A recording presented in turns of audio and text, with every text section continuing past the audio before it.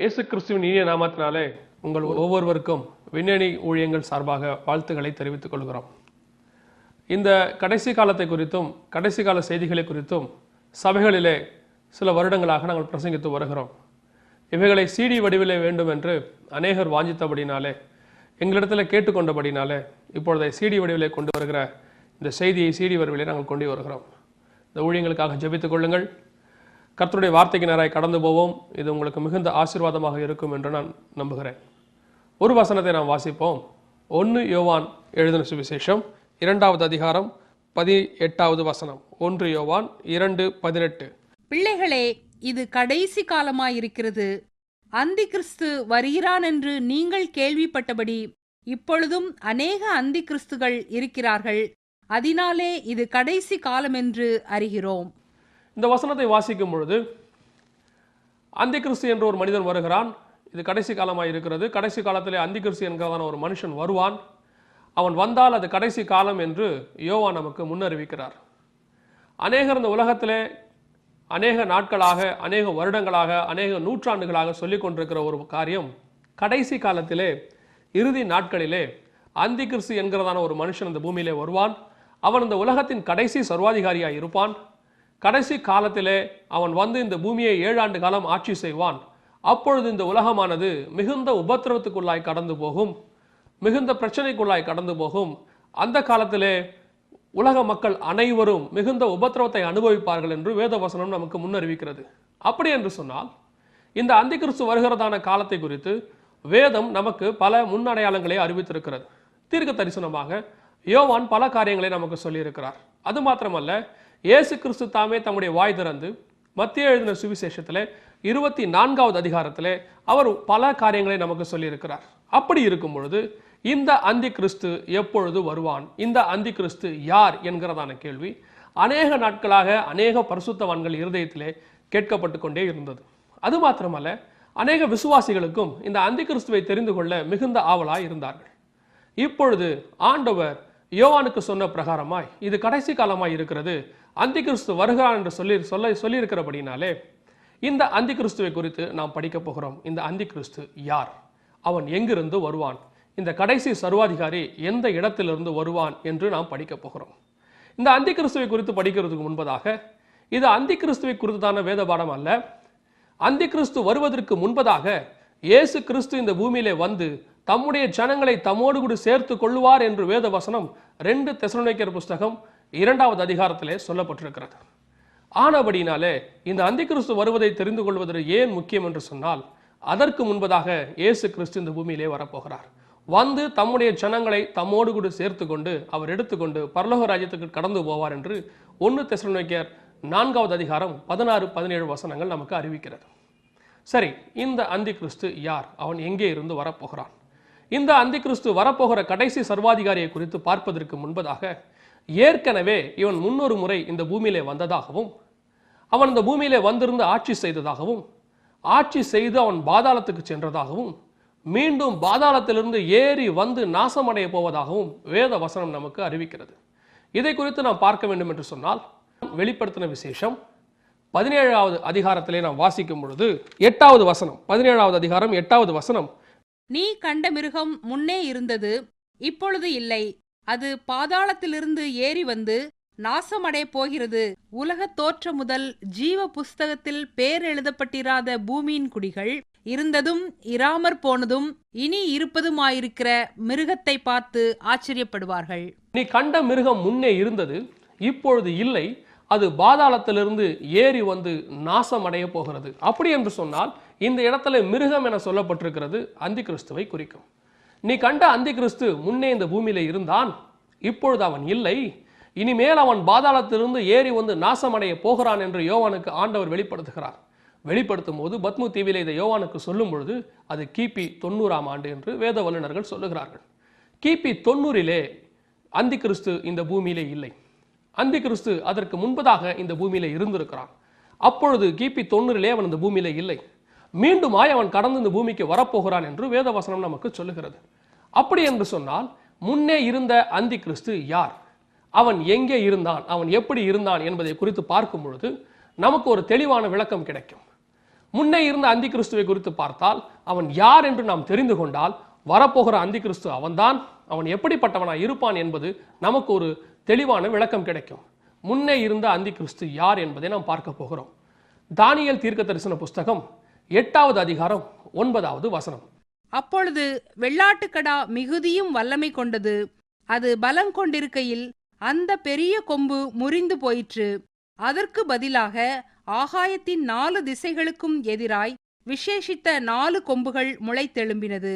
அவைகளில் ஒன்றிலிருந்து சின்னதான ஒரு கொம்பு புறப்பட்டு தெற்குக்கும் கிழக்குக்கும் எதிராகவும் சிங்காரமான தேசத்துக்கு நேராகவும் மிகவும் பெரியதாயிற்று.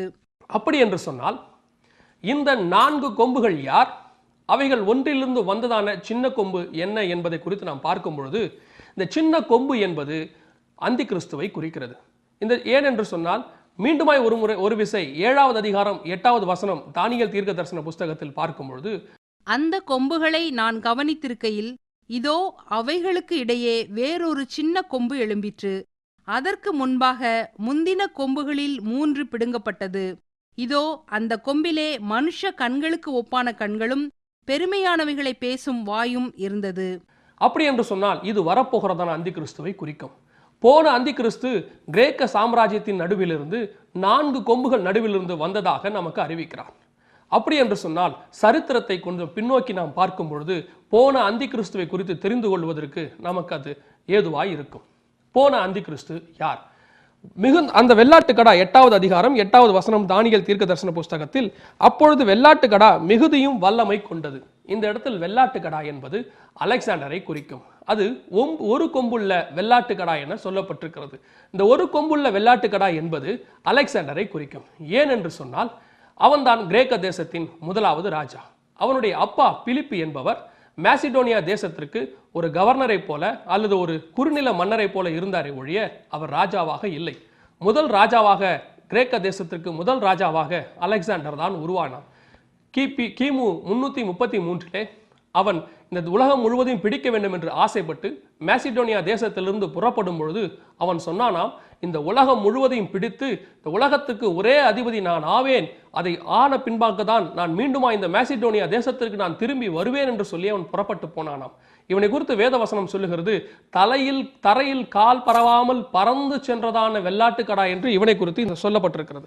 அப்படி என்று சொன்னால் தரையில் கால் பரவாமல், தரையில் கால் வைக்காமல் என்று சொல்லி அர்த்தம். ஒரே ஜம்பாக ஒரே ஸ்ட்ரெச்சாக அவன் புறப்பட்டு போனான். அலெக்சாண்டருடைய வாழ்க்கையை பார்க்கும் பொழுது அவன் மேசிடோனியா தேசத்திலிருந்து புறப்படும் போது ஒரே ஸ்ட்ரெச்சாக ஒரே ஜம்பாக இந்த உலகத்தை முழுவதும் பிடித்துவிட்டு தான் அடுத்த முறையாக நான் மேசிடோனியா தேசத்திலே கால் வைப்பேன் என்று சொல்லி அவன் புறப்பட்டு போனான். ஆனால் அவன் மீண்டுமாய் பாபிலோன் தேசத்துக்கு திரும்புகிற வழியிலே அவன் நோய்வாய் கண்டு இறந்து போனான் என்று பார்க்கிறோம். இவன் தான் அந்த ஒரு கொம்புள்ள வெள்ளாட்டுக்கடா. இந்த ஒரு கொம்புள்ள வெள்ளாட்டுக்கடா மிகுதியும் வல்லமையும் கொண்டது. இவன் உலகத்திலே உள்ளதான மிகப்பெரிய பாகங்களை பிடித்தான். நீங்கள் பின்னால் பார்க்கிறதான இந்த மேப்பை பார்க்கும் பொழுது அவன் உலகத்திலே என்னென்ன பகுதிகளை பிடித்தான் என்பது நமக்கு கண்ணுக்கு நேராக தெரிகிறது. இந்த உலகம் முழுவதையும் ஆளுகை செய்ய வேண்டும் என்று அவன் பிரயாசப்பட்டான். அப்படி அவன் புறப்பட்டு போகிறதான வேளையிலே இந்தியா தேசத்தை பிடித்துவிட்டு மீண்டுமாய் திரும்புகிறதான வேளையிலே பாபிலோன் தேசத்திலே அவன் நோய்வாய் கண்டு இறந்து போனான் என்று பார்க்கிறோம். அப்படி இறந்தபோது அவன் சொன்னானாம், நீங்கள் என்னை புதைக்கப் போகிறீர்கள், இப்பொழுது என்னுடைய இந்த ராஜ்யபாரமானது என்னுடைய சந்ததிக்கு போகக்கூடாது, என்னுடைய பிள்ளைக்கு போகக்கூடாது, நான் ஒரு வீரனாக மரிக்கிறேன், என்னுடைய இந்த ராஜ்யமானது மீண்டுமாய் 4 வீரர்களுக்கு தான் கொடுக்கப்பட வேண்டும், வீரர்களுக்கு தான் இது பிரித்து கொடுக்கப்பட வேண்டுமே ஒழிய ஒருபோதும் இது என்னுடைய சந்ததிக்கு போகக்கூடாது என்று அவன் சொன்னானாம். இதை குறித்து பார்க்கும் பொழுது வேதவசனம் நமக்கு தெளிவாக சொல்லுகிறது, இந்த வெள்ளாட்டு கடாவனுடைய இந்த ராஜ்யபாரமானது மீண்டுமாய் பிரிக்கப்பட்டது. அது அந்த 8வது அதிகாரம் 8வது வசனத்திலே, அந்த பெரிய கொம்பு முறிந்து போயிற்று, அதற்கு பதிலாக ஆகாயத்தின் 4 திசைகளுக்கும் எதிராய் விசேஷித்த 4 கொம்புகள் முளைத்தெழும்பினது. பாருங்கள், அலெக்சாண்டருடைய சரித்திரத்தை பார்க்கும் பொழுது அலெக்சாண்டருடைய ராஜ்யபாரம் அவனுக்கு பிற்பாடு அவனுடைய சந்ததிக்கு போகவில்லை, அவனுடைய மகனுக்கு போகவில்லை. அந்த 4 அவனுடைய ராஜ்யபாரமானது அவனுடைய 4 தளபதிகளுக்கு புறப்பட்டு போனது என்று பார்க்கிறோம். நீங்கள் பார்க்கிறதான இந்த படத்திலே அந்த வெள்ளாட்டு கடாவுக்கு 4 கொம்புகள் முளைத்தெழும்பினது என்று பார்க்கிறோம். இது எதை குறிக்கிறது? அலெக்சாண்டருடைய ராஜ்யபாரம் 4 தளபதிகளுக்கு பிரித்து கொடுக்கப்பட்டது. அவருடைய பெயர்களை பார்க்கும் பொழுது Cassander, Lysimachus, Ptolemy one Soter, Seleucus one Nicator என்கிறதான 4 பெயர்களை நம்மால் பார்க்க முடிகிறது. இந்த அலெக்சாண்டருடைய 4 தளபதிகளுக்கு இந்த ராஜ்யபாரம் பிரித்து கொடுக்கப்பட்டது. வேத வசனத்தின் மகத்துவத்தை பாருங்கள். இது அலெக்சாண்டருடைய வாழ்க்கையிலே நடந்த பிற்பாடு எழுதப்பட்ட காரியம் அல்ல. அலெக்சாண்டர் வருவதற்கு ஏறக்குறைய 500 வருஷத்துக்கு முன்பதாக தானியேல் தீர்க்கதரிசி என்கிற தீர்க்கதரிசிக்கு ஆண்டவர் பாபிலோன் தேசத்தில் வைத்து இதை அவனுக்கு வெளிப்படுத்தி கொடுக்கிறார். ராஜ்யபாரங்கள் நேபுகாத் நேச்சாருக்கு பிறகு மேதிய பெர்ஷிய ராஜ்யம் வரும். மேதிய பெர்ஷிய ராஜ்யத்திற்கு பிறகு கிரேக்க சாம்ராஜ்யம் வரும். கிரேக்க சாம்ராஜ்யம் 4ஆக பிரிக்கப்படும். அதில் ஒன்றிலிருந்து அந்திகிறிஸ்து என்கிறதான மனுஷன் வருவான் என்று சொல்லி ஆண்டவர் தானியேலுக்கு ஏறக்குறைய 500 வருடத்திற்கு முன்பதாகவே அவனுக்கு தெளிவாக சொல்லிவிடுகிறார். இது மனுஷன் சொன்னதல்ல, தேவனுடைய வார்த்தை 100க்கு 100 அப்படியே சரித்திரத்தில் நிறைவேறினதை பார்க்க முடிகிறது. நேபுகாத் நேச்சாருக்கு பிறகு மேதிய பெர்ஷிய சாம்ராஜ்யம் வந்தது. தரியு மன்னன், அகஸ்து மன்னன், கோரேஸ் மன்னன் என்று அநேக மன்னர்கள் அதில் எழுப்பினார்கள். அவர்களுக்கு பின்பதாக கிரேக்க சாம்ராஜ்யம் இந்த பூமியிலே வந்தது. அலெக்சாண்டர் வந்தான். அலெக்சாண்டருக்கு பிற்பாடு அவன் மரித்த தருவாயிலே தன்னுடைய 33 வயதிலே அவன் இறந்தபோது அவனுடைய ராஜ்யபாரமானது 4 பேருக்கு பிரித்து கொடுக்கப்பட்டது. அந்த 4 தளபதிகளுடைய பெயர்களைத்தான் நீங்கள் இந்த ஸ்கிரீனிலே பார்த்து கொண்டிருக்கிறீர்கள். இந்த 4 தளபதிகளுக்கு பிற்பாடு வேத வசனம் சொல்லுகிறது 8வது அதிகாரம் 9வது வசனம், அந்த 4 கொம்புகள் ஒன்றிலிருந்து சின்னதான ஒரு கொம்பு புறப்பட்டு, இதுதான் அந்தி கிறிஸ்துவை குறிக்கும். பாருங்கள், இந்த 4 கொம்புகளிலிருந்து ஒரு சின்னதான ஒரு கொம்பு புறப்படுகிறது. இந்த சின்னதான ஒரு கொம்பை குறித்து பார்க்கும் பொழுது இதை குறித்து வேத வசனம் நமக்கு தெளிவாக சொல்லுகிறது. இந்த ராஜ்யபாரம் இவனுக்குரியது அல்ல. இவன் சூதகமாய் பேசி இவனை குறித்து, இந்த சின்ன கொம்பை குறித்து, அந்தி கிறிஸ்துவை குறித்து 21வது வசனம் 11வது அதிகாரம் 21வது வசனம் தானியேல் தீர்க்கதரிசன புஸ்தகத்திலே, அவன் ஸ்தானத்திலே அவமதிக்கப்பட்டவன் ஒருவன் எழும்புவான், இவனுக்கு ராஜ்யபாரத்தின் மேன்மையை கொடாதிருப்பார்கள், ஆனாலும் இவன் சமாதானமாய் நுழைந்து இச்சகம் பேசி ராஜ்யத்தை கட்டி கொள்ளுவான். பாருங்கள், இந்த அந்தி கிறிஸ்து சமாதானமாய் நுழைந்து இச்சகமாய் பேசி ராஜ்யத்தை கட்டி கொள்ளுகிறவனாய் இருப்பான் என்று நமக்கு அந்த இடத்துல சொல்லப்பட்டிருக்கிறது. சரி, யார் இந்த அந்தி கிறிஸ்து? இதற்கு முன்பதாக வந்த இந்த சின்ன கொம்பு யார் என்று பார்க்கும் பொழுது, இந்த 4 கொம்புகள் ஒன்றிலிருந்து வருகிறதான செலுக்கஸ் ஒன் நிக்கோடர் என்கிறதான அந்த தளபதியின் வம்சாவளியிலே 8வது ராஜாவாக வந்தவன் தான் ஆன்டியாகஸ் 4 எபிஃபனஸ் என்பவன். ஆன்டியாகஸ் 4 எபிஃபனஸ் இவன் கிமு 175 கிமு 164 வரை ராஜ்யபாரம் செய்தவன். இவன் சிரியா தேசம், பாலஸ்தீனா தேசம், இஸ்ரவேல் தேசம் போன்ற தேசங்களை எல்லாவற்றையும் உள்ளடக்கி ராஜ்யபாரங்களை செலுத்திக் கொண்டிருந்தான். இவன் வரும்பொழுது எப்படி நுழைந்தான்? இவன் இந்த 4 தளபதிகளில் ஒருவன் அல்ல. செலுக்கஸ் ஒன் நிக்கோடருடைய வம்சாவளியில் வந்தவனும் அல்ல. செலுக்கஸ் ஒன் நிக்கோடருடைய வம்சாவளியிலே வந்த 8வது ராஜாவா இவன் எப்படி வந்தான் என்று சொன்னால், 7வது ராஜாக்கு பிற்பாடு அவனுடைய மகனை எல்லாவற்றையும் இவன் தள்ளிவிட்டு இவன் அவர்களுக்கு துணையாக, அவருடைய உறவினராக இருந்தவன். ஆனால் ராஜ்யபாரத்துக்கு உரியவன் அல்ல. அந்த துணை அவர்களுக்கு துணையாக இருந்த காரணத்தினாலே பாரதத்துக்கு வர வேண்டியவனை தள்ளிவிட்டு இவன் சூதகமாய் உள்ளே நுழைந்து ராஜ்யபாரத்தை கட்டி கொண்டான் என்று சரித்திரம் இவனை குறித்து சொல்லுகிறது. இவனுடைய பெயர் ஆன்டியாகஸ் 4 எபிஃபனஸ். இப்பொழுது நீங்கள் பார்க்கிறீர்களே, இவனுடைய புகைப்படத்தை தான் நீங்கள் பார்த்து கொண்டிருக்கிறது. இது அகழ்வாராய்ச்சியிலே கண்டுபிடிக்கப்பட்ட இவனுடைய புகைப்படம். ஆன்டியாகஸ் 4 எபிஃபனஸ். எபிஃபனஸ் என்று சொன்னால் த விசிபிள் காட் என்று அர்த்தம், காணக்கூடிய இறைவன் என்று சொல்லி அர்த்தம். இந்த பெயரை சரித்திரத்தில் பார்க்கும் பொழுது இவனே தனக்கு சூட்டி கொண்டதாக சரித்திரம் நமக்கு பின்னணியை அறிவிக்கிறது. தன்னை ஒரு காணக்கூடிய இறைவனாக இவன் காட்டிக்கொண்டானான். 2 தெசலோனிக்கேயர் 2ஆம் அதிகாரம் 6-7 வசனங்களை வாசிக்கும் பொழுது அந்தி கிறிஸ்து தன்னை தேவனாக காட்டிக்கொள்ளுவான், தேவனுக்கு மேலாக தன்னை உயர்த்துவான், தேவாலயத்திலே தேவனை போல உட்காருவான் என்று பவுல் நமக்கு முன்னறிவிக்கிறார். இவன் ஏற்கனவே தேவனை போல தன்னை காட்டிக்கொண்டவன், தேவனாக அறிவித்துக் கொண்டவன், தேவனாக தன்னுடைய பெயரை வைத்துக் கொண்டவன். அது மாத்திரமல்ல, இவன் அந்தி கிறிஸ்து என்பதற்கு ஆதாரம் அது மாத்திரமல்ல. இந்த 4 கொம்புகள் ஒன்றிலிருந்து எழும்பினதான சின்ன கொம்பு, இந்த 4 தளபதிகள் ஒரு தளபதியாக செலுக்கஸ் ஒன் நிக்கோடருடைய வம்சத்தில் 8வதாக வந்தவன் இவன் என்று பார்க்கிறோம். 17வது அதிகாரம் வெளிப்படுத்தின விசேஷத்தில் சொல்லப்பட்டிருக்கிறது. 8வது 9வது 10வது வசனங்களை வாசிக்கும் பொழுது அந்த இடத்திலே இவன் 8வதாக இருப்பான். வரப்போகிற அந்தி கிறிஸ்து 8வதாக இருப்பான். 7 ராஜாக்கள், 5 பேர் விழுந்தார்கள், ஒருவன் இருக்கிறான், இன்னொருவன் வர வேண்டும். அப்பொழுது வரும்பொழுது அந்த 7லிருந்து 8வதாக வருகிறவனே அந்தி கிறிஸ்து என்று யோவான் நமக்கு முன்னறிவிக்கிறார்.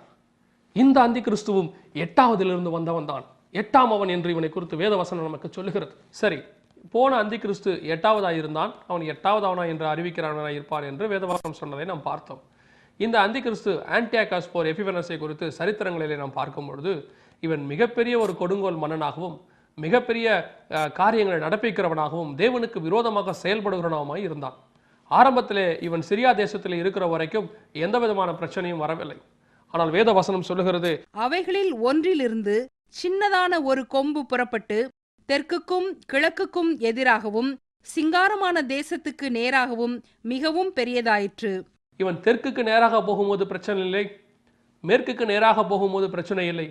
சிங்காரமான தேசத்துக்கு நேராக வந்தபோது, எருசலேமுக்கு நேராக வந்தபோது மிகப்பெரிய பிரச்சனையை உருவாக்கினான். அப்பொழுதுதான் இவன் அந்தி கிறிஸ்துவாக மாறினான்.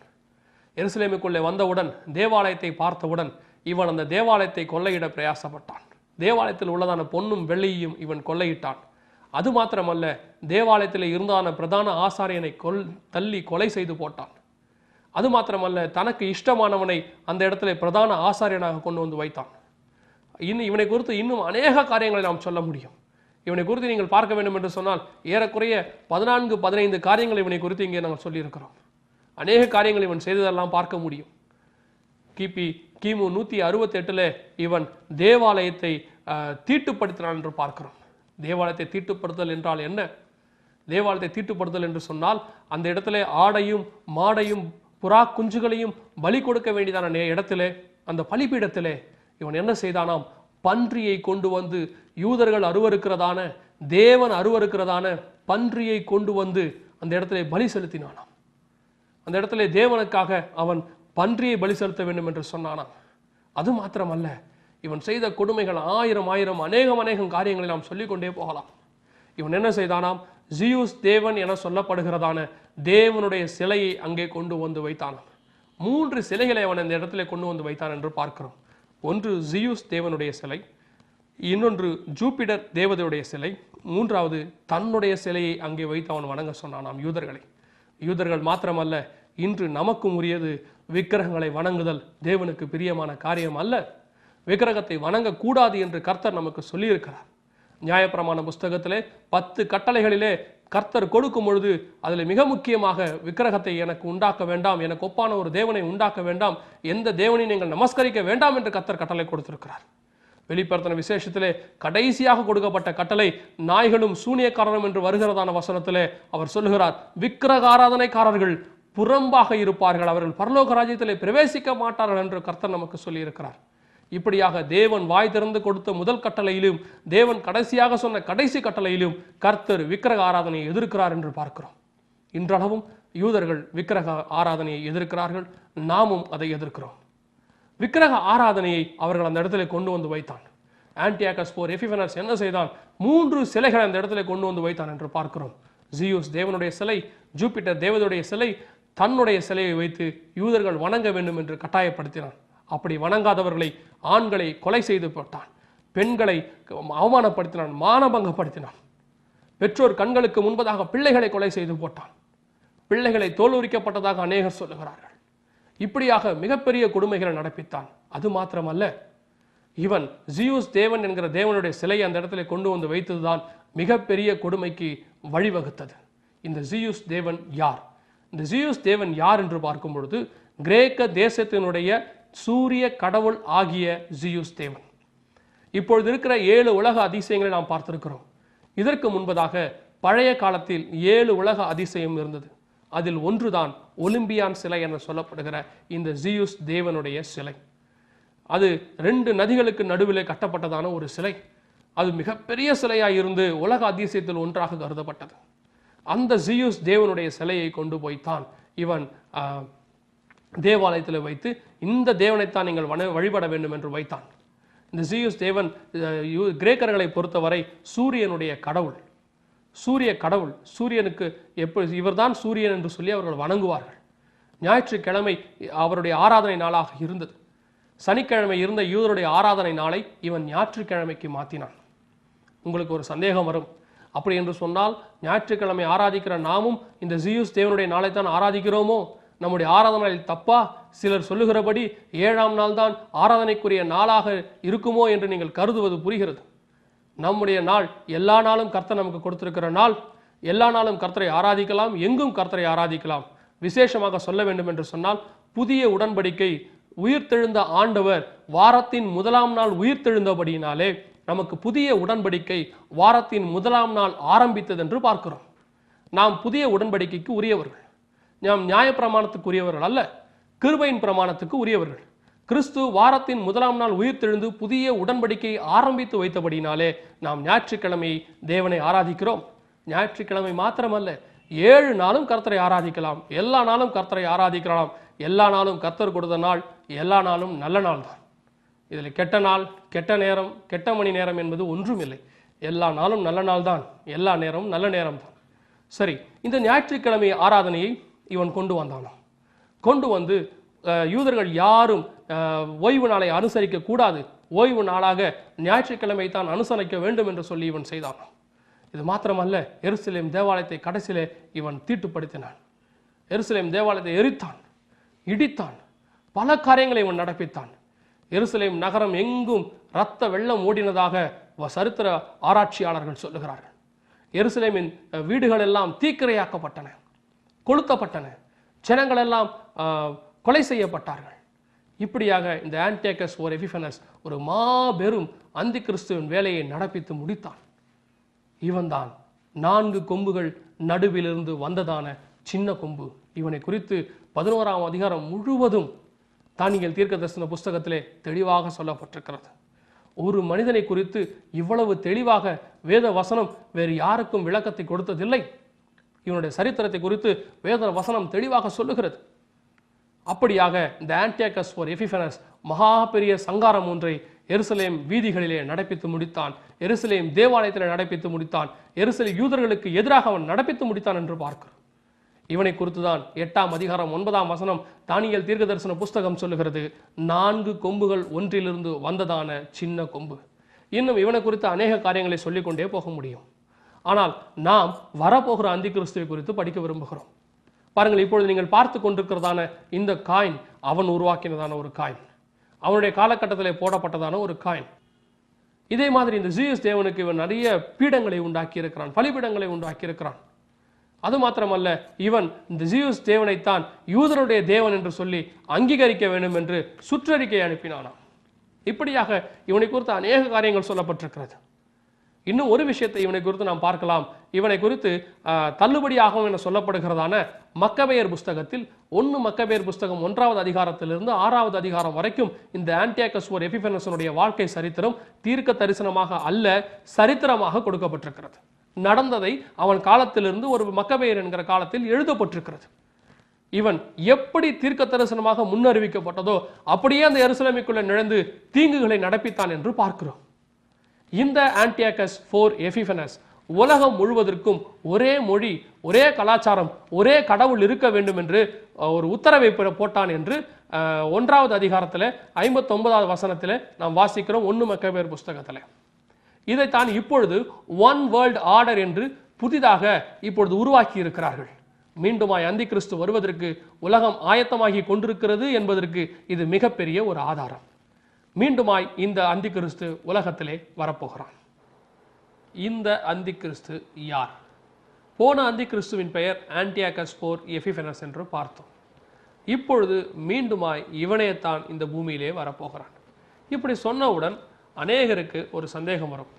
எபிரேயர் புஸ்தகத்தில் வாசிக்கிறோம், ஒரே தரம் மரிப்பதும் பின்னர் நியாய தீர்ப்படைவதும் மனுஷருக்கு நியமிக்கப்பட்டிருக்கிறபடியே. அப்படி என்று சொன்னால் இவன் ஏற்கனவே மரித்து போய்விட்டானே, இவன் எப்படி மீண்டுமாய் இந்த பூமிக்கு வருவான் என்று சொல்லி அநேகர் சந்தேகப்படலாம். நான் உங்களுக்கு வேதத்திலிருந்து ஒரு உதாரணத்தை சொல்லுகிறேன். யோவான் ஸ்நானகனை குறித்து ஆண்டவர் சொல்லுகிறார், இவன் எலியாவின் ஆவியோடு கூட வந்தான். இவன் எப்படி எலியாவின் ஆவியோடு கூட யோவான் ஸ்நானகன் இந்த பூமியிலே வந்தானோ, அதை போலவே இந்த ஆன்டியோகஸ் ஓர் எபிஃபனஸ் என்கிற ஆவியோடு கூட இந்த அந்தி கிறிஸ்து வரப்போகிற அந்தி கிறிஸ்து வரப்போகிறான். ஏனென்று சொன்னால் வெளிப்படுத்தின விசேஷம் 17ஆவது அதிகாரம் நமக்கு இதைத்தான் காட்டுகிறது. 8, 9, 10 வசனங்களை வாசிக்கும் பொழுது இருந்ததும் இராததும் வரப்போகிறதும் ஆகிய மிருகமே. அப்படி என்று சொன்னால் இருந்தவன் இப்பொழுது இல்லை, கிபி 90 அவன் இல்லை, இனிமேல் வரப்போகிறவன் எப்பொழுது வருவான்? 1 யோவான் 2:18 சொல்லுகிறது, இவன் கடைசி காலத்தில் வருவான். இது கடைசி காலமாக இருக்கிறது என்பதற்கு ஆதாரங்களை நாங்கள் சொல்லிக் கொண்டிருக்கிறோம். அந்தி கிறிஸ்து வரப்போகிறான். சரி, இந்த ஆன்டியாகஸ் ஓர் எபிஃபனஸ் என்பவனுடைய ஆவியோடு கூட ஒரு அந்தி கிறிஸ்து வரப்போகிறான். இவன் எங்கிருந்து வரப்போகிறான், இவன் யார் என்று சொல்லி பார்க்கும் பொழுது ஒரு சில காரியங்களை வேதத்தின் வெளிச்சத்தோடு கூட நாம் பார்க்க போகிறோம். இப்பொழுது நான் சொல்லக்கூடிய காரியங்கள் எதுவும் கற்பனையோ கட்டுக்கதையோ அல்ல. யாருடைய மனதை புண்படுத்த வேண்டும் என்கிறதான எண்ணமும் எங்களுக்கு இல்லை. ஆனால் வேத வசனம் சொல்லுகிறதை உள்ளதை உள்ளபடி சத்தியத்தை அறிவிக்காவிட்டால் எனக்கு ஐயோ என்று சொல்லப்பட்டிருக்கிறது. ஆனபடினாலே உண்மையை நாங்கள் அறிவிக்க பிரயாசப்படுகிறோம். இப்பொழுது இந்த அந்தி கிறிஸ்து எங்கிருந்து வரப்போகிற இந்த அந்தி கிறிஸ்து எங்கிருந்து வரப்போகிறான்? 17வது அதிகாரம் வெளிப்படுத்தின விசேஷத்திலே வாசிக்கும் பொழுது அந்த அதிகாரம் முழுவதும் அந்தி கிறிஸ்துவை குறித்து, வரப்போகிற அந்தி கிறிஸ்துவை குறித்து தெளிவாக சொல்லி இருக்கிறது. சிலர் எண்ணுகிறபடி வெளிப்படுத்தின விசேஷம் 13வது அதிகாரமும் வெளிப்படுத்தின விசேஷம் 17வது அதிகாரத்தில் சொல்லப்பட்ட 2 மிருகமும் ஒரே மிருகம்தான். இது 2 குறித்தும் வெவ்வேறு தரிசனம் சொல்லப்பட்டிருக்கிறது என்று அநேகர் போதிக்கிறார்கள். அது உண்மை இல்லை. ஏன் என்று சொன்னால் 17வது அதிகாரம் மிருகம் சமுத்திரத்திலிருந்து ஏறி வருவதாக 13:1-2 வசனங்களில் வாசிக்கிறோம். ஆனால் 17வது அதிகாரத்திலே கண்ட மிருகம் பாதாளத்திலிருந்து ஏறி வந்து நாசமடைய போகிறது என்று சொல்லி 8வது வசனம் சொல்லுகிறது. 17வது அதிகாரம் மிருகம் சிவப்பு நிறம் உள்ளதாக இருந்தது என்று வேதவசனம் சொல்லுகிறது. ஆனால் 13வது அதிகாரம் மிருகத்திற்கும் 17வது அதிகாரம் மிருகத்திற்கும் உள்ள ஒரே ஒத்துமை 10 கொம்புகள், 7 தலைகளும் 10 கொம்புகளும். இது 2 தான் அதற்கு உள்ள ஒரே ஒத்துமை. மற்றபடி வேறெந்த ஒத்துமையும் இதற்கு இல்லை. 13வது அதிகாரத்தை குறித்து படிப்போமானால் அது தனி தலைப்பாகிவிடும். அது இப்பொழுது நம்முடைய தலைப்பு அல்ல. இப்பொழுது நாம் பார்க்க போகிறது 17வது அதிகாரத்தின் மிருகத்தை குறித்து, அந்தி கிறிஸ்துவை குறித்து. இவன் எங்கிருந்து வரப்போகிறான்? நாம் இதை வேத கண்ணோட்டத்தோடு பார்க்கும் பொழுது வெளிப்படுத்தல் 17ஆம் அதிகாரம் 3ஆம் வசனம், ஆவிக்குள் என்னை வனாந்திரத்திற்கு கொண்டு போனான். அப்பொழுது 7 தலைகளையும் 10 கொம்புகளையும் உடையதும் தூஷணமான நாமங்களால் நிறைந்ததுமான சிவப்பு நிறமுள்ள மிருகத்தின் மேல் ஒரு ஸ்திரீ ஏறி இருக்க கண்டேன். அப்படி என்று சொன்னால் 7 தலைகள் உள்ளதான மிருகத்தின் மேலே இந்த ஸ்திரீ உட்கார்ந்திருக்கிறாள். 7 தலைகள் என்றால் என்ன என்று பார்க்கும் பொழுது 9வது வசனம் 17வது அதிகாரம் வெளிப்படுத்தின விசேஷம் சொல்லுகிறது, ஞானமுள்ள மனம் இதிலே விளங்கும். அந்த 7 தலைகளும் அந்த ஸ்திரீ உட்கார்ந்திருந்த 7 மலைகளாம். இந்த 7 மலைகள் மேல் உட்கார்ந்திருக்கிறதான ஸ்திரீ. நீங்கள் நான் இதை சொன்னவுடன் 7 மலை மேல் இருக்கிற ஸ்திரீ என்றவுடன் உங்கள் கற்பனை வேறு இடத்திற்கு போகக்கூடாது. நான் சொல்லுகிறதை நன்றாக கவனியுங்கள். 7 மலை மேல் இருக்கிறதான ஸ்திரீ. ஸ்திரீ என்றால் சபை. ஸ்திரீ என்றால் அந்த காலத்திலே ராஜ்யபாரம் பண்ணின அந்த சபை என்று சொல்லி 17வது அதிகாரம் 18வது வசனம் சொல்லுகிறது, நீ கண்ட ஸ்திரீயானவள் பூமியின் மேல் ராஜாக்கள் மேல் ராஜ்யபாரம் பண்ணுகிற மகா நகரமாம். அப்படி என்று சொன்னால் 7 மலைகள் மேல் உட்கார்ந்திருக்கிறதான ஒரு நகரம், 7 மலைகள் மேல் அமர்ந்திருக்கிறதான ஒரு நகரம் என்று சொல்லப்பட்டிருக்கிறது. இன்றும் வேத வசனத்தை குறித்து பார்க்கும் பொழுது 7 மலைகள் மேல் உள்ள நகரம் என்று நாம் எதை பார்ப்போம் என்று சொன்னால் ரோம் நகரத்தை தான் பார்க்க முடியும். இது வசனம் சொல்லும் பொழுது கிபி 90 பூமியின் மேல் ராஜாக்கள் மேல் ராஜ்யபாரம் பண்ண மகா நகரம் எனப்படுவது ரோம் நகரம். அப்பொழுது ரோம சாம்ராஜ்யம் இந்த பூமியிலே நடந்து கொண்டிருந்தது. ரோம சாம்ராஜ்யம் ஆட்சி பீடம் பண்ணி கொண்டிருந்தது. இந்த 7 மலைகள் மேலுள்ள நகரம், 7 மலைகள் மேலுள்ள நகரம் என்பது ரோம் நகரத்தை குறிக்கிறது. பாருங்கள், இந்த 7 மலைகள் மேலுள்ள நகரத்திலிருந்து அந்த மிருகம் வருகிறது. அப்படி என்று சொன்னால் 7 மலைகள் மேலுள்ள நகரம் என்று சொன்னால் ரோம் என்று பார்த்தோம். ரோம் நகரத்திலிருந்து இந்த மிருகம், இந்த அந்தி கிறிஸ்து வருகிறது என்று வேத வசனம் மிக தெளிவாக நமக்கு சொல்லுகிறது. இது கட்டுக்கதை அல்ல, வேத வசனத்தில் கொடுக்கப்பட்டிருக்கிறதான விளக்கம். ரோம் நகரத்திலிருந்து இந்த மிருகம் வரப்போகிறது. இன்னொரு உதாரணம், இவன் ரோம் நகரத்திலிருந்து தான் வருவான் என்பதற்கு இன்னொரு உதாரணத்தை நான் உங்களுக்கு சொல்ல விரும்புகிறேன். தானியேல் தீர்க்க தரிசன புஸ்தகத்தில் 9வது அதிகாரத்தை திருப்பிக் கொள்ளுங்கள். அதில் 26வது வசனமும் 27வது வசனத்தை நாம் வாசிக்கும் பொழுது, அந்த 62 வாரங்களுக்கு பின்பு மேசியா சங்கரிக்கப்படுவார், இயேசு கிறிஸ்து சங்கரிக்கப்படுவார். ஆனாலும் தமக்காக அல்ல, அவருக்காக அல்ல, பூமியில் உள்ள சகல ஜனங்களுடைய பாவத்தை மன்னிக்கும்படி இயேசு கிறிஸ்து மரித்தார். நகரத்தையும் பரிசுத்த ஸ்தலத்தையும் வரப்போகிற பிரபுவின் ஜனங்கள் அழித்து போடுவார்கள். வரப்போகிற பிரபுவின் ஜனங்கள் நகரத்தை அழித்து போடுவார்கள் என்று சொன்னால் கிபி 70 தீத்து ராயன் என சொல்லப்படுகிறதான ஒரு ராயனுடைய தலைமையின் கீழ், தீத்து ராயன் என சொல்லப்படுகிற ஒரு ராயனுடைய தலைமையின் கீழ் ரோம படையானது எருசலேம் நகரத்துக்குள்ளே பிரவேசித்து நகரத்தையும் எருசலேம் தேவாலயத்தையும் அழித்து போட்டது என்று பார்க்கிறோம்.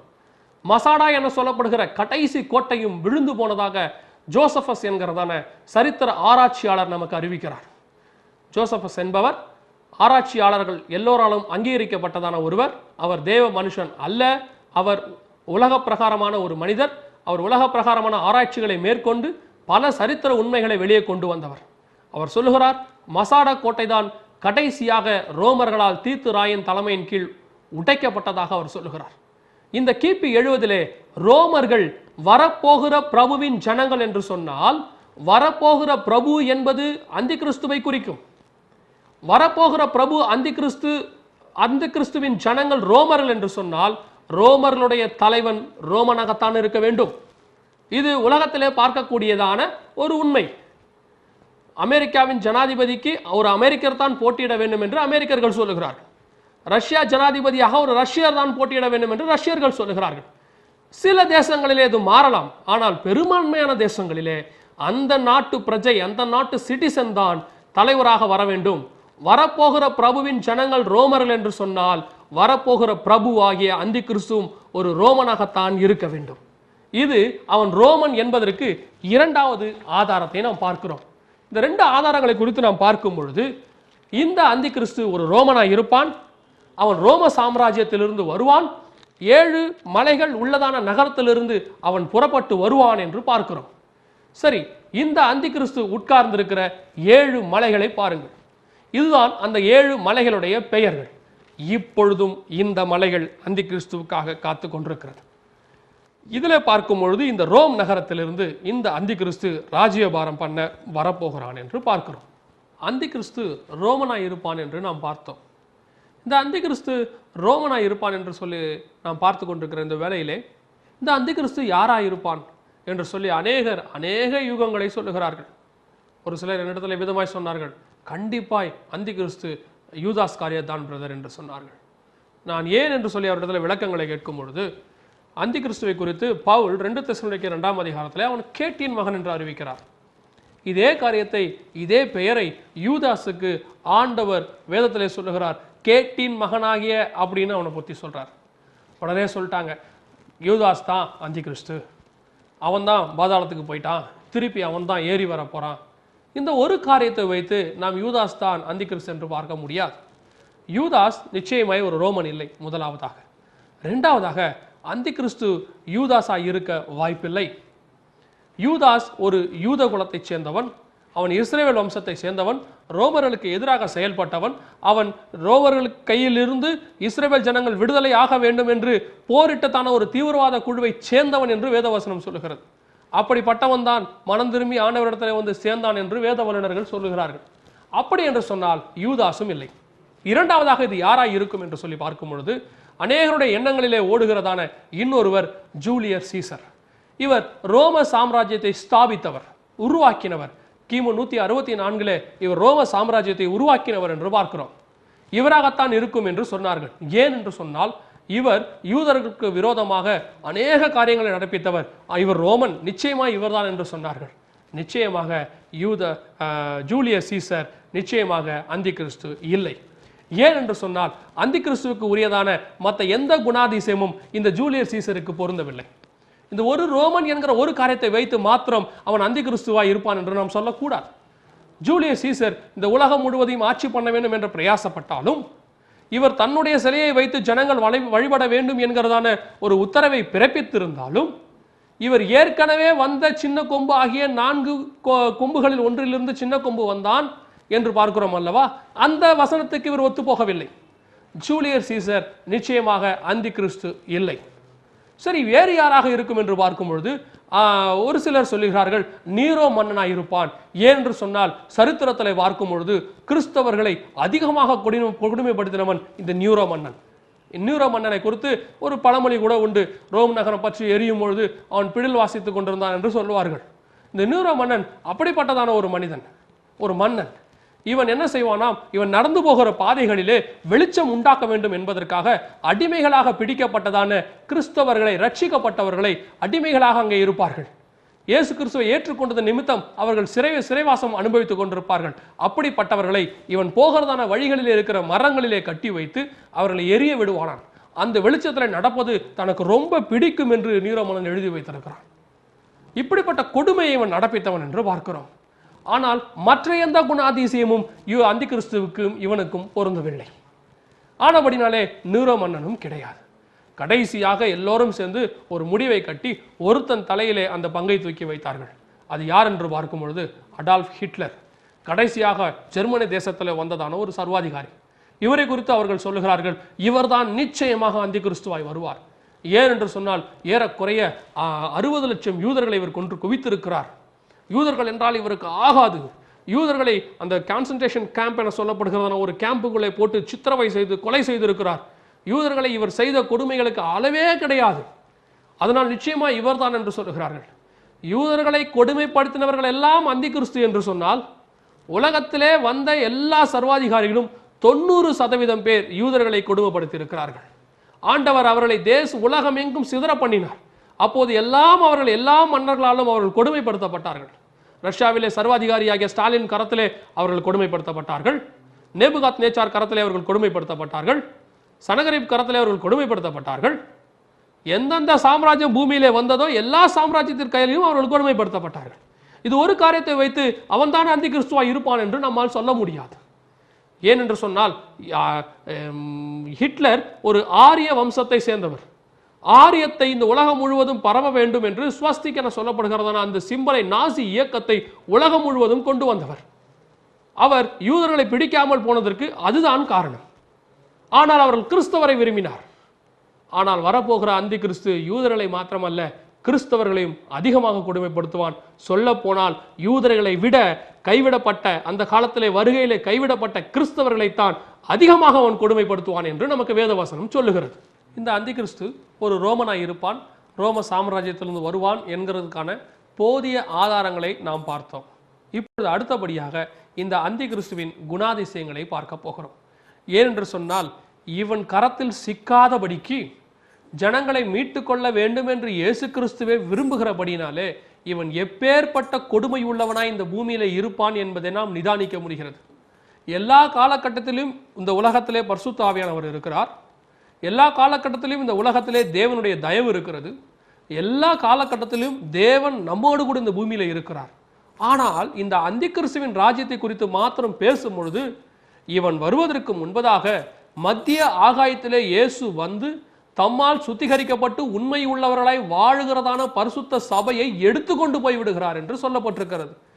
ஏன் என்று சொன்னால், இந்த உலகத்திலே அந்தி கிறிஸ்துவின் ஆட்சி தொடங்கிவிட்டால் நல்லவர்கள், ஒருபொழுதும் தேவனை ஏற்றுக்கொண்டவர்கள், தேவனுக்கு உண்மையாய் இருக்கிறவர்கள் யாரும் அவன் கரத்திலே இந்த உலகத்திலே வாழ முடியாத சூழ்நிலை உருவாகி விடும் என்பதற்காக தம்மால் உண்மை உள்ளவர்களாக கருதப்படுகிற எல்லாரையும் இயேசு கிறிஸ்து தம்மோடு கூட எடுத்து செல்லுகிறார். ஒரு உதாரணத்தை சொல்ல வேண்டும் என்று சொன்னால், நோவாவின் பிரளயத்தை குறித்து நாம் வேதத்திலே படித்திருக்கிறோம். நோவாவின் வெள்ள பிரளயத்தை குறித்து நாம் வேதத்திலே படித்திருக்கிறோம். அதை பார்க்கும் பொழுது இந்த பூமியிலே எவ்வளவோ பாவம் பெருகி கொண்டே இருந்தது. ஆண்டவர் அவர்கள் மத்தியிலிருந்து அவர்களுக்கு போதித்துக் கொண்டே இருந்தார். பாவத்தை செய்யக்கூடாது, உண்மையாக இருக்க வேண்டும், பரிசுத்தம் உள்ளவர்களாக இருக்கின்ற எவ்வளவோ காரியத்தை ஆதாம் தொடங்கி நோவா வரைக்கும் சொல்லிக்கொண்டே இருந்தார். ஆனால் ஜலப்பிரளயம் வந்தபோது ஒரு பேழையை உண்டு பண்ணி அதற்குள்ளாக நோவாவை அனுப்பிவிட்டு இந்த முழு உலகத்தையும் அழித்து போட்டார் என்று நாம் பார்க்கிறோம். அப்படி என்று சொன்னால், பிரளயம் உண்டாகும் பொழுது பூமியிலே நோவாவும் இருக்கட்டும், அவனை தவிர மிச்ச எல்லோரையும் கொல்லுவோம் என்று சொல்லி, எல்லோரையும் அழிப்போம் என்று சொல்லி ஆண்டவர் சொல்லாதபடிக்கு அவனை மாத்திரம் தனியாக ஒரு இடத்துக்கு அழைத்து சென்று விட்டு அதற்கு பிற்பாடாக சகல பூமியும் அழித்தார் என்று வாசிக்கிறோம். அதை போலவே இந்த சகல பூமியும் அந்தி கிறிஸ்துவின் கையிலே அழிவுக்கு ஒப்பு கொடுத்தபடினாலே அந்த காலகட்டத்திலே இங்கே இருக்கிற பரிசுத்தவான்களை பாதுகாக்க முடியாது என்பதற்காக ஆண்டவர் தம்மோடு கூட இந்த பரிசுத்தவான்களை அழைத்து கொண்டு போகிறார் என்று 1 தெசலோனிக்கே 4வது அதிகாரத்திலே 16-17 வசனங்களிலே நாம் வாசிக்கிறோம். அப்படி என்று சொன்னால், இந்த அந்தி கிறிஸ்துவின் ஆட்சி எவ்வளவு கொடுமை நேர்ந்ததாக இருக்கும் பாருங்கள். இவனை குறித்து 17வது அதிகாரத்தில் வாசிக்கிறோம். இவர்கள் ஒரே யோசனையுள்ளவர்கள், இவர்கள் தங்கள் வல்லமையையும் அதிகாரத்தையும் மிருகத்திற்கு கொடுப்பார்கள். இந்த இடத்துல சொல்லப்பட்டது 12வது வசனத்திலே பார்க்கிறோம், அந்த 10 கொம்புகளும் 10 ராஜாக்களுமாம். இந்த 10 ராஜாக்கள் அந்திகிறிஸ்துவின் ஆட்சியிலே கடைசி காலத்திலே 10 ராஜாக்கள் உருவாவார்கள். அவர்கள் உருவாகி தங்களுடைய அதிகாரம் முழுவதையும் அந்திகிறிஸ்துவின் கரத்திலே கொடுப்பார்கள் என்று வாசிக்கிறோம். இந்த 10 ராஜாக்களை குறித்து பிரத்யேகமாக 10 அந்திகிறிஸ்துவோடு கூட இருக்கிறதான 10 ராஜாக்கள் 10 கொம்புகள் என்கிற தலைப்பிலே இதை குறித்து நாங்கள் தெளிவாக உங்களுக்கு சொல்லி இருக்கிறோம். இப்பொழுது நாம் இந்த 10 ராஜாக்கள் கொடுத்ததான அதிகாரத்தை குறித்து பார்க்க போகிறோம். 10 ராஜாக்களும் சேர்ந்து முழு அதிகாரத்தையும் அந்திகிறிஸ்துவின் கையிலே கொடுக்கிறார்கள். அது மாத்திரமல்ல, 13வது அதிகாரம் வெளிப்படுத்தின விசேஷத்திலே வாசிக்கும் பொழுது 13வது அதிகாரம் 2வது வசனத்திலே வாசிக்கும் பொழுது, வலு சர்ப்பமானது தன் பலத்தையும் தன் சிங்காசனத்தையும் மிகுந்த அதிகாரத்தையும் அதற்கு கொடுத்தது. வலு சர்ப்பம் என்பது சாத்தான், பிசாசு என்பதை நாம் அறிவோம். இந்த உலகத்திலே உள்ளதான தீய சக்தி, பிசாசின் சக்தி கடைசி காலத்திலே தன்னுடைய அதிகாரம் எல்லாவற்றையும் இந்த அந்திகிறிஸ்துவுக்கு கொடுக்கிறான் என்று பார்க்கிறோம். இதை குறித்து வேதத்திலே ஒரு சம்பவத்தை வாசிக்கும் பொழுது, பிசாசானவன் இயேசுவினிடத்திலே வந்து, ஆண்டவரே, இந்த உலகத்தின் மகிமைகளும் அதிகாரமும் ராஜ்யங்களும் எனக்கு ஒப்புக் கொடுக்கப்பட்டிருக்கிறது, நீர் என்னை தாழ விழுந்து பணிந்து கொண்டால் இவைகள் எல்லாவற்றையும் உமக்கு தருவேன் என்று அவன் சொல்லுகிறான். வேதத்திலே பார்க்கும் பொழுது சாத்தான் தன்னுடைய அதிகாரத்தை 2 பேருக்குத்தான் இந்த உலகத்திலே கொடுத்திருக்கிறான். ஒன்று இயேசு கிறிஸ்து. ஆனால் ஆண்டவர் அதை வாங்க மறுத்து விட்டார். எனக்கு உன்னை பணிந்து கொண்டு குறுக்கு வழியிலே வருகிறதான ராஜ்யபாரம் தேவையில்லை என்று ஆண்டவர் சொல்லிவிட்டார். இன்று எத்தனையோ பேர் சந்தோஷங்களை பெற்றுக்கொள்வதற்காக, ஆசீர்வாதங்களை பெற்றுக்கொள்வதற்காக தாங்கள் கிறிஸ்தவர்கள் என்பதை மறைத்து போலி சான்றிதழ் வாங்கி சான்றிதழிலே பெயர் மாற்றி எத்தனையோ காரியங்களை செய்து குறுக்கு வழியிலே ஆசீர்வாதத்தை பெற்றுக்கொள்கிறார்கள். ஆனால் உலகத்தின் மொத்த ஆசீர்வாதமும் நான் உனக்கு தருகிறேன் என்று சாத்தான் சொன்னபோது இயேசு சொல்லுகிறார், இந்த மொத்த அதிகாரமும் தேவனுக்குரியது என்பதை அறிந்தபடியினாலே சொல்லுகிறார், பிதாவாகிய தேவன் ஒருவரை தவிர வேறு ஒருவரையும் பணிந்து கொள்ளாது இருப்பாயாக என்று எழுதியிருக்கிறது என்று சொல்கிறார். அவரை பணிந்து கொண்டால் சகலமும் எனக்கு கொடுக்கப்படும் என்பதற்கு ஆண்டவர் அவனுக்கு கொடுத்திருக்கிறதான பதில். இதை அடுத்து இதற்கு பிற்பாடு அவன் இன்னும் ஒரே ஒருத்தருக்குத்தான் இந்த அதிகாரத்தை கொடுத்தான் என்று வாசிக்கிறோம். 13வது அதிகாரத்திலே அந்திகிறிஸ்துவின் கடைசி சாம்ராஜ்யத்திற்கு அந்திகிறிஸ்துவின் கையிலே இந்த அதிகாரத்தை அவன் கொடுத்தான் என்று வாசிக்கிறோம். அப்படி என்று சொன்னால் இயேசு கிறிஸ்துவுக்கு ஆஃபர் பண்ண அந்த அதிகாரத்தை அவன் அந்திகிறிஸ்துவுக்கு ஆஃபர் பண்ணுகிறான் என்று சொன்னால் நீங்கள் அந்திகிறிஸ்து எப்பேற்பட்டவனாய் இருப்பான் என்பதை புரிந்து கொள்ளுங்கள்.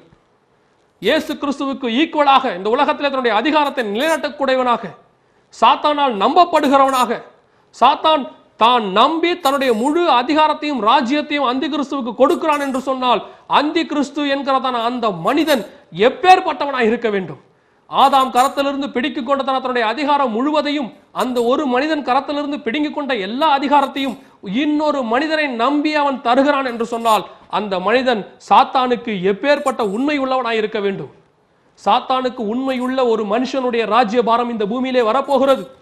சாத்தானுக்கு உண்மையுள்ள ஒரு மனுஷனுடைய ஆளுகையானது இந்த உலகம் முழுவதையும் ஆளுகை செய்ய போகிறது. இந்த இடத்துல பார்க்கும் பொழுது சாத்தானுடைய அதிகாரம் இவனுக்கு கிடைக்கிறது. 17வது அதிகாரத்தில் நாம் வாசித்தோம் 10 ராஜாக்களுடைய அதிகாரம். அது என்று எதை குறிக்கிறது சொன்னால் இந்த உலகத்திலே உள்ளதான மக்களுடைய ஆதரவு. சாத்தானுடைய அதிகாரம் அவனுக்கு கொடுக்கப்படுகிறது, மக்களுடைய ஆதரவு அவனுக்கு கொடுக்கப்படுகிறது. அது மாத்திரம் அல்ல, இந்த உலகத்தின் உள்ள சகல மகிமையும் அவன் கரத்தில் கொண்டு போய் கொடுக்கப்படுகிறது. 13வது அதிகாரத்தில் இவனை குறித்து வாசிக்கும் பொழுது என்ன சொல்லப்பட்டிருக்கிறது என்று சொன்னால், வெளிப்படுத்தின விசேஷம் 13வது அதிகாரத்திலே 5வது வசனத்திலே, மேலும் பரிசுத்தவான்களோடே யுத்தம் பண்ணி அவர்களை ஜெயிக்கும்படிக்கு அதற்கு அதிகாரம் கொடுக்கப்பட்டதும் அல்லாமல் ஒவ்வொரு கோத்திரத்தின் மேலும் பாஷைக்காரர் மேலும் ஜாதிகள் மேலும் அதற்கு அதிகாரம் கொடுக்கப்பட்டது. பாருங்கள், உலகத்திலே இதுவரைக்கும் பரிசுத்தவான்களை ஜெயிக்கிற அதிகாரம் யாருக்கும் கொடுக்கப்படவில்லை. இந்த உலகத்திலே இருக்கக்கூடிய எப்பேற்பட்ட ராஜாக்களாய் இருந்தாலும் சரி, எப்பேற்பட்ட மேன்மை உள்ளவர்களாய் இருந்தாலும் சரி, ஜனாதிபதிகளாய் இருந்தாலும் சரி, பிரதமராய் இருந்தாலும் சரி, பரிசுத்தவான்களுக்கு முன்பதாக ஒன்றும் செய்ய முடியாது. பரிசுத்தவான்களுக்கு விரோதமாக எழும்பின ராஜ்யங்கள் கவிழ்க்கப்பட்டிருக்கிறது. பரிசுத்தவான்களுக்கு விரோதமாக எழுதப்பட்ட சட்டங்கள் முறியடிக்கப்பட்டிருக்கிறது. பரிசுத்தவான்களுக்கு விரோதமாக எழும்பின ராஜாக்கள், ராஜஸ்திரீகள் எல்லாம் கவிழ்க்கப்பட்டிருக்கிறார்கள். பரிசுத்தவான்களுக்கு விரோதமாக ஒருவரும் எழும்ப முடியாது. அப்பேற்பட்ட அந்த உலகம் தொடங்கின நாள் முதல் கொண்டு இன்று வரைக்கும் கர்த்தர் சொல்லுகிறார், திடம் கொள்ளுங்கள், உலகத்தை நான் ஜெயித்தேன் என்று சொல்லுகிறார். அப்படி உலகத்தை ஜெயித்து சகல அதிகாரங்களையும் கர்த்தர் நம்முடைய பரிசுத்தவான்களுடைய கரத்திலே கொடுத்திருக்கிறார். அப்பேற்பட்ட பரிசுத்தவான்கள் எல்லோரும் எடுத்துக்கொள்ளப்பட்ட பின் கைவிடப்பட்டவர்கள் இங்கே இருப்பார்கள். அந்திகிறிஸ்துவின் ஆட்சியிலே 7 ஆண்டு காலம் இந்த உலகத்தின் ஆட்சியிலே அந்திகிறிஸ்துவின் கையிலே கைவிடப்பட்டவர்கள் இந்த உலகத்தில் இருப்பார்கள். அவர்களை மேற்கொள்ளுகிற அதிகாரம் அந்த காலத்திலே இயேசு என்று சொன்னாலும் சரி, இயேசுவின் நாமத்தை விசுவாசித்தாலும் சரி, அந்திகிறிஸ்துவின் ஆட்சியிலே ஒன்றும் நடக்காது. அவர்கள் எல்லோரையும் ஜெயிக்கும்படிக்கு அந்திகிறிஸ்துவுக்கு அங்கே அதிகாரம் கொடுக்கப்பட்டிருக்கிறது. பாருங்கள், இன்னொரு வசனத்தை நான் உங்களுக்கு சொல்லுகிறேன். வெளிப்படுத்தின விசேஷம் 13:14. அது மனுஷருக்கு முன்பதாக வானத்திலிருந்து பூமியின் மேல் அக்கினியை இறங்க பண்ணத்தக்கதான பெரிய அற்புதங்களை நடப்பித்தது. பாருங்கள், அந்திகிறிஸ்து கடைசி காலத்தில் வானத்திலிருந்து அக்கினியை இறக்கத்தக்கதான அற்புதங்களை நடப்பிக்கிறான். இது எதை குறிக்கிறது என்று சொன்னால், அவன் கரத்திலே பூமி ஒப்பு கொடுக்கப்பட்டிருக்கிறது. நாம் காணுகிற இந்த வானமும் ஒப்பு கொடுக்கப்பட்டிருக்கிறது. வானங்கள் என்று சொன்னால் அநேக வானங்கள் இருக்கிறது. பவுல் சொல்லுகிறார், 3வது வானம் வரைக்கும் ஒருவன் எடுத்துக்கொள்ளப்பட்டான். 3வது வானம் என்பது பரலோகத்தை குறிக்கிறது. அதன் மேல் சாத்தானுக்கு அதிகாரம் கொடுக்கப்படவில்லை. ஆனால் வானமண்டலத்தின் பொல்லாத சக்திகள் என சொல்லப்பட்டிருக்கிற சாத்தான் குடியிருக்கிற இடமாகிய அந்த வானத்திலே அங்கே இருந்த அக்கினியை இறக்கும்படிக்கு அதிகாரம் அந்திகிறிஸ்துவுக்கு கொடுக்கப்படுகிறது. எலியாவின் காலத்திலே வானத்திலிருந்து அக்கினி இறக்கும்படிக்கு பாகால் தீர்க்கதரிசிகளுக்கும் தேவனுடைய தீர்க்கதரிசியாகிய எலியாவுக்கும் ஒரு போட்டி வந்ததை பார்க்கிறோம். பாகால் தீர்க்கதரிசிகளால் முடியாததை எலியா தீர்க்கதரிசி வானத்திலிருந்து அக்கினியை இறக்கினார் என்று பார்க்கிறோம். அந்த அதிகாரத்தை அந்த பரிசுத்தவான் நடப்பித்ததான் அந்த மகா பெரிய காரியத்தை அந்திகிறிஸ்து நடப்பிக்கிறான். இது எதை குறிக்கிறது? அந்திகிறிஸ்துவுக்கு வானமும் ஒப்பு கொடுக்கப்படுகிறது, பூமியும் ஒப்பு கொடுக்கப்படுகிறது. சாத்தான் அதிகாரத்தை கொடுக்கிறான், மனுஷர் தயவு இருக்கிறது. இதை மீறி அவனை எதிர்த்து ஒரு ஆத்துமா இந்த உலகத்திலே வாழ முடியுமா? இன்னும் சொல்ல போனால் பாருங்கள், 13வது அதிகாரம் 14வது வசனம், மிருகத்திற்கு முன்பதாக அற்புதங்களை செய்யும்படிக்கு தனக்கு கொடுக்கப்பட்ட சத்துவத்தினாலே பூமியின் குடிகளை மோசம் போக்கி பட்டயத்தினாலே காயம்பட்டு பிழைத்த அந்த மிருகத்திற்கு ஒரு சொரூபம் பண்ண வேண்டும் என்று பூமியின் குடிகளுக்கு சொல்லிற்று. மேலும் அந்த மிருகத்தின் சொரூபம் பேசத்தக்கதாகவும் மிருகத்தின் சொரூபத்தை வணங்காத யாவரையும் கொலை செய்யத்தக்கதாகவும் மிருகத்தின் சொரூபத்திற்கு ஆவியை கொடுக்கும்படி அதற்கு சத்துவம் கொடுக்கப்பட்டது. பாருங்கள், அந்த காலத்தில் ஆவியை கொடுக்கக்கூடிய சத்துவம் யாருக்கு கொடுக்கப்படுகிறது? அந்திகிறிஸ்துவுக்கு கொடுக்கப்படுகிறது. அந்திகிறிஸ்துவோடு கூட இருக்கிறதான கள்ள தீர்க்கதரிசிக்கு கொடுக்கப்படுகிறது. ஆவியை கொடுக்கத்தக்கதான சத்துவம். இது எதை குறிக்கிறது? இந்த காலத்தில் நீங்கள் பார்க்கிறீர்கள், மனுஷன் உருவாக்க முயற்சி செய்து கொண்டிருக்கிறான். குளோனிங் மெத்தட் என்கிற முறையிலே மனுஷன் உருவாக்கி கொண்டிருக்கிறான். இதை காட்டிலும் மேலாக சொரூபத்திற்கு ஆவியை கொடுக்க இந்த காலத்தில் பாருங்கள், ரோபோக்கள் பேச வைக்கிறார்கள், ரோபோக்களை பாட வைக்கிறார்கள், ரோபோக்களை நடக்க வைக்கிறார்கள். கடைசியாக ரோபோக்கள் நாம் சொல்வதை புரிந்து கொண்டு பதில் சொல்ல வைத்திருக்கிறார்கள். நீங்கள் நினைக்கிறீர்களா, ரோபோக்கள் என்று சொன்னால் உடனே ஜப்பான்ல இருக்கிற ஏதோ ரோபோ, சைனால இருக்கிற ஒரு ரோபோ இல்லைங்க. ஏடிஎம் மிஷினுக்கு முன்னாடி போய் நிற்கிறீங்களா? போய் நின்ன உடனே வெல்கம்னு சொல்லுதா? அவங்கள பார்த்து ஒரு கார்டை போட்ட உடனே கேட்ட கேள்விக்கு அது பதில் சொல்லுதா? பேலன்ஸ் எவ்வளோன்னு கேட்குறீங்க, அதுக்கு உடனே அது பேலன்ஸ் காட்டுதா? இது ஒரு வகையான ரோபோ தாங்க. இது இன்னும் டெவலப் ஆகிக்கொண்டே இருக்கிறது. இப்பொழுது பேசுகிற ஏடிஎம் மிஷின் எல்லாம் வந்து விட்டது. இப்பொழுது பதில் சொல்லக்கூடிய ஏடிஎம் மிஷின் எல்லாம் வந்து விட்டது. இப்பொழுது ரோபோக்களுக்கு ஆவியை கொடுக்கும்படிக்கு அந்திகிறிஸ்து தயாராகி கொண்டிருக்கிறான். பாருங்கள், இந்த உலகத்திலே அவன் உருவாக்கக்கூடிய அளவுக்கு வந்து விட்டான். இது எதை குறிக்கிறது என்று சொன்னால், ஆவியை கொடுக்கக்கூடிய உருவாக்கக்கூடிய அதிகாரம் பிதாவுக்கு உண்டு. அதை அவன் எடுத்துக்கொள்கிறான். வானத்திலிருந்து அக்கினியை இறக்கக்கூடிய அதிகாரம் தேவனுடைய தீர்க்கதரிசிகளுக்கு உண்டு. அதையும் அவன் எடுத்துக்கொள்கிறான். வலு சர்ப்பம் தன் அதிகாரத்தை கிறிஸ்துவுக்கு கொடுக்கிறதுக்கு முற்பட்டான்.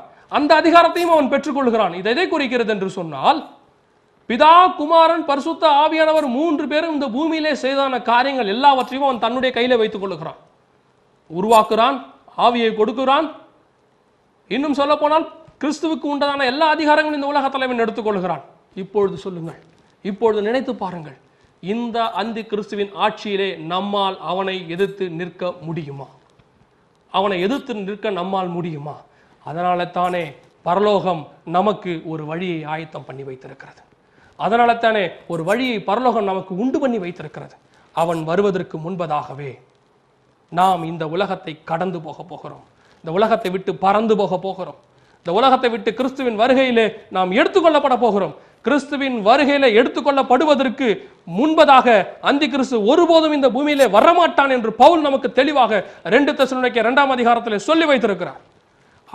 நாம் இந்த பூமியை விட்டு எடுத்துக்கொள்ளப்பட்ட பின் இந்த பூமியிலே அந்தி கிறிஸ்து வரப்போகிறான். அதற்காகத்தான் இந்த பரிசுத்தவான்களுக்கு ஏறக்குறைய 2000 வருடங்களாக அவர்களுக்கு இவ்வளவு காலங்கள் பரிசுத்தவான்களுக்கு கொடுக்கப்பட்டிருக்கிறது, சபைக்கு கொடுக்கப்பட்டிருக்கிறது.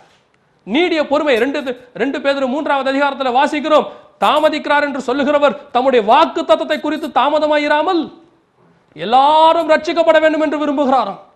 உங்கள் உறவினர்கள், நீங்கள், உங்கள் சொந்தக்காரர்கள், நண்பர்கள் எல்லாரும் ரட்சிக்கப்பட வேண்டும் என்று கர்த்தர் விரும்புகிறார். அதற்காகத்தான் இவ்வளவு காலகட்டம் போய் கொண்டிருக்கிறது, இவ்வளவு ஆண்டுகள் ஓடிக்கொண்டே இருக்கிறது. நீங்க நினைக்கிறீங்களா எங்க தாத்தா காலத்தில் இயேசு வரேன்னு சொன்னார், எங்க பாட்டி காலத்தில் இயேசு வரேன்னு சொன்னாங்க, எங்க அப்பா காலத்தில் சொன்னாங்க, என் காலத்திலையும் சொல்றாங்க, இன்னும் சொல்லிக்கிட்டு உண்மை சொல்லிக் கொண்டுதான் இருந்தார்கள். ஆனால் இது கடைசி காலம்.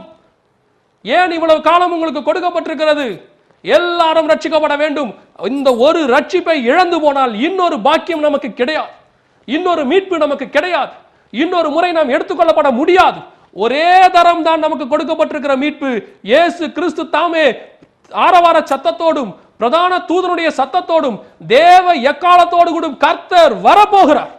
அப்படி வருகிறவர்களை மாத்திரம் அப்படி வரும்பொழுது தமக்கு பரிசுத்தம் உள்ளவர்களாய், உண்மை உள்ளவர்களாய், நீதி உள்ளவர்களாய், தம்மால் முத்திரைக்கப்பட்டவர்களாய் கர்த்தர் எவரை காணுகிறாரோ அந்த சபையை எடுத்துக்கொண்டு போகிறார். பின்பு எல்லோரும் கைவிடப்பட போகிறார்கள் அந்த பூமியிலே. அதற்கு பிற்படாக அந்தி கிறிஸ்துவின் கையில் இருந்து அவர்களை யாராலும் காப்பாற்ற முடியாது. அப்பேற்பட்ட மகா மகா மகா சர்வாதிகாரி இந்த பூமிக்கு வந்து கொண்டிருக்கிறார். நாம் என்ன செய்ய போகிறோம்? இந்த அந்தி கிறிஸ்துவின் கையில் இருந்து தப்பிப்பதற்கு நாம் என்ன செய்ய போகிறோம்? ஒரே வழிதான் இருக்கிறது, ஆண்டவராகிய இயேசு கிறிஸ்து. இயேசு சொல்லுகிறார், நானே வழி.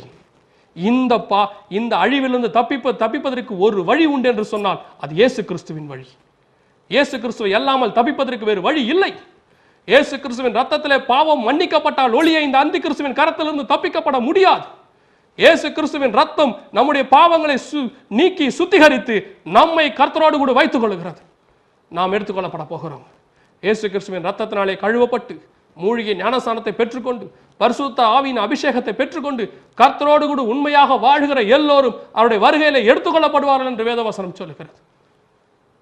பிரியமானவர்களே, இவ்வளவு நேரம் நீங்கள் வரப்போகிற ஒரு சர்வாதிகாரியை குறித்து கேள்விப்பட்டீர்கள், அவனை குறித்து பார்த்தீர்கள், சில ஆதாரங்களையும் பார்த்தீர்கள். இந்த அந்தி கிறிஸ்துவின் கையில் நீங்கள் சிக்கிக்கொள்ளத்தான் வேண்டுமோ? இந்த அந்தி கிறிஸ்துவின் கையிலிருந்து நீங்கள் விடுதலையாக விரும்புகிறீர்களா? அவன் கையிலிருந்து நீங்கள் மாட்டிக்கொள்ளாமல் தப்பித்துக் கொள்ள விரும்புகிறீர்களா? கர்த்தர் உங்களுக்கு ஒரு சந்தர்ப்பத்தை வைத்திருக்கிறார். இன்று இந்த இயேசுவை நீங்கள் ஏற்றுக்கொண்டால், அவருடைய இரத்தத்தினாலே என் பாவத்தை மன்னியும் ஆண்டவரே என்று நீங்கள் அறிக்கை செய்வீர்களானால், இயேசுவே என் பாவத்தை மன்னியும் என்று ஒரு வார்த்தை அறிக்கை செய்வீர்களானால், கர்த்தர் உங்கள் பாவத்தை மன்னிக்க இப்பொழுது சித்தமாயிருக்கிறார். இந்த செய்தியை கேட்டு, இதை கேட்டு, இந்த இயேசு எனக்கு வேண்டும், இந்த அந்தி கிறிஸ்துவின் ஆட்சியை நான் சிக்கிக்கொள்ள விரும்பவில்லை, நான் இயேசுவோடு கூட பறந்து போக விரும்புகிறேன், நான் இயேசுவோடு கூட இருக்க விரும்புகிறேன் என்று சொல்லுவீர்கள் என்று சொன்னார். இப்பொழுது என்னோடு கூட சேர்ந்து கண்களை மூடி நான் சொல்லுகிற இந்த ஜெபத்தை சொல்லுங்கள். கர்த்தர் உங்களை நிச்சயமாய் ரட்சிப்பார். நாம் எல்லோரும் கண்களை மூடுவோம். நாம் எல்லோரும் கண்களை மூடி முழங்கால் படியிட்டு என்னோடு கூட இந்த ஜெபத்தை சொல்லுங்கள். அன்புள்ள ஆண்டவரே, என்னுடைய பாவத்தை மன்னியும், உம்முடைய இரத்தத்தினாலே கழுவும், உம்முடைய பிள்ளையாய் நான் மாற விரும்புகிறேன். ஆண்டவரே, உம்முடைய வருகையிலே நான் பங்கடைய விரும்புகிறேன். ஆண்டவரே, இந்த அந்தி கிறிஸ்துவின் கையிலே சிக்கிக்கொள்ள நான் விரும்பவில்லை. இயேசு கிறிஸ்துவின் வருகையிலே நான் பறந்து போக விரும்புகிறேன். ஆண்டவரே, என்னுடைய பாவத்தை கழுவி உம்முடைய பிள்ளையாய் இந்த நாளிலிருந்து என்னை மாற்றும். என்னையும் என் குடும்பத்தையும் நீர் வழி நடத்தும். இயேசு கிறிஸ்துவின் மூலம் ஜெபிக்கிறோம் பிதாவே, ஆமென்.